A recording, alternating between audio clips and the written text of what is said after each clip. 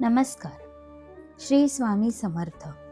मकर संक्रांती हा हिंदू सण आहे जो सूर्याच्या मकर राशीत प्रवेश करण्याच्या दिवसाला साजरा केला जातो.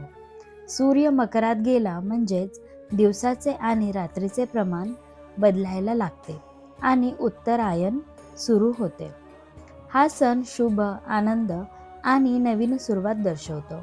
या दिवशी लोक तिळगुळ वाटतात, देवपूजा करतात, दान करतात आणि पतंगही उडवतात.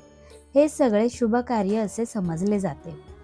सणाचा अर्थ फक्त धार्मिक नाही तर आपुलकी, एकता आणि गोडव्याचा संदेश देणारा देखील आहे.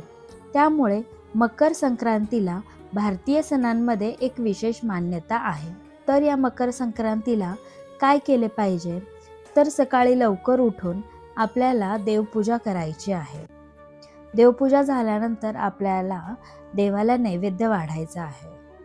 तर या नवीन वर्षातील पहिला आणि अत्यंत महत्त्वाचा मानला जाणारा हा सण म्हणजे मकर संक्रांत आहे. शास्त्रानुसार मकर संक्रांतीला एक रंग कटाक्षाने टाळायचा असतो आणि दुर्दैवाने 90% लोक ही चूक नकळतपणे करतात. तो रंग म्हणजे कोणता? तर पिवळा रंग. यंदा देवीने पिवळा रंग धारण केलेला असल्यामुळे यंदाच्या मकर संक्रांतीला पिवळा रंग घालणे अशुभ मानले जाते. पिवळी साडी, पिवळा ड्रेस, पिवळ्या रंगाच्या बांगड्या, पिवळ्या शेडचे दागिने, पिवळं सोनं आपल्याला टाळायचं आहे. शंका वाटत असेल तर मॅचिंग पिवळे दागिने टाळलेले बरे. मग आता घालायचा तर कोणता रंग घालायचा? तर काळा, अत्यंत शुभ हिरवा, लाल, गुलाबी आणि केशरी रंगाचा आपल्याला मकर संक्रांतीच्या दिवशी वस्त्र परिधान करायचे आहेत. तर बांगड्यांबाबत आपल्याला यावेळी कोणती खास नियम लक्षात ठेवायचा आहे? तर मकर संक्रांतीला आपल्याला हिरव्या काचेच्या बांगड्या घालायच्या आहेत. अशा त्या खूप शुभ मानल्या जातात.